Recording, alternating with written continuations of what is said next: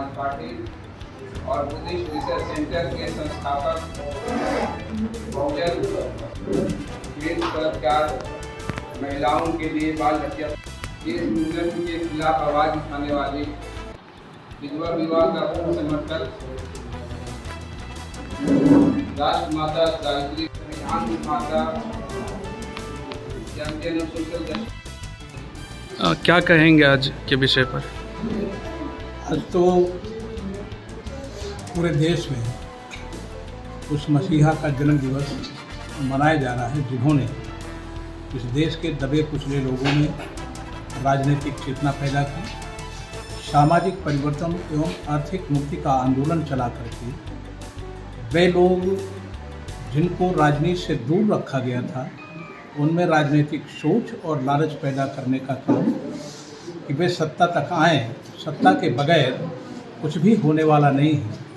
मानवर कांशीराम जी की जयंती मनाई जा रही है, पूरे झारखंड के हर जिले स्तर पर मनाई जा रही है और उसी श्रृंखला में आज धनबाद में भी मानवर कांशीराम जी का जन्मदिन मनाया जा रहा है।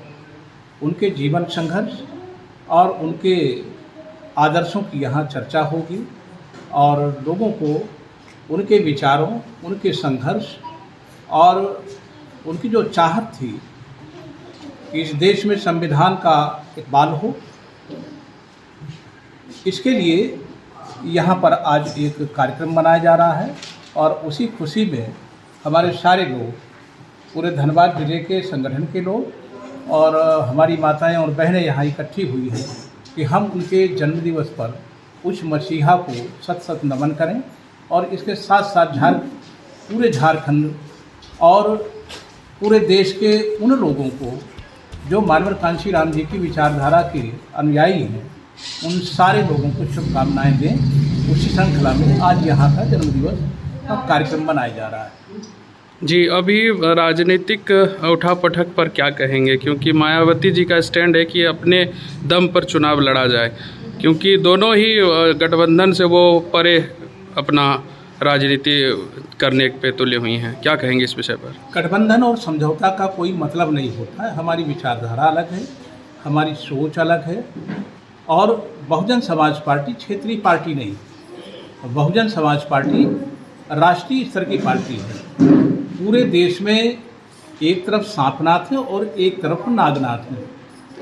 कांग्रेस राष्ट्रीय पार्टी है, उसके नेतृत्व में तमाम लगभग 28 राजनीतिक दलों ने एक गठबंधन बनाया था कि हम लोग चुनावी समझौता करके, चुनाव लड़ करके और सत्ता में आने की कोशिश करेंगे। दूसरी तरफ भारतीय जनता पार्टी, जिन्होंने लगभग 38 राजनीतिक दल, जिनमें क्षेत्रीय दल हैं, छोटे छोटे दल हैं, और उन्होंने एक एनडीए नाम का संगठन खड़ा करके, सब महागठबंधन बना करके वे लोग भी पुनः सत्ता में काबिज हो जाना चाहते हैं, जिन्होंने 2 पंचवर्षीय शासनकाल में विगत 5 साल और ये मौजूदा जो 5 साल चल रहा है, कार्यकाल खत्म होने वाला है, इन 10 सालों में उन्होंने पूरी दुनिया को दिखा दिया है, पूरे देश को दिखा दिया है, आम जनता को दिखा दिया है कि यहाँ की स्थिति, यहाँ जो लोग हैं वे राजनीतिक रूप से दुरुस्त नहीं हैं। जो लोग अपनी विचारधारा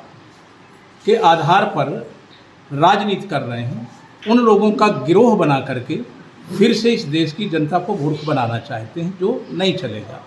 बहुजन समाज पार्टी ना तो सांपनाथ की तरफ है, यानी बीजेपी का जो गठबंधन है, ना तो उसकी तरफ है और ना ही कांग्रेस के नेतृत्व में जो महागठबंधन बना हुआ उसमें है।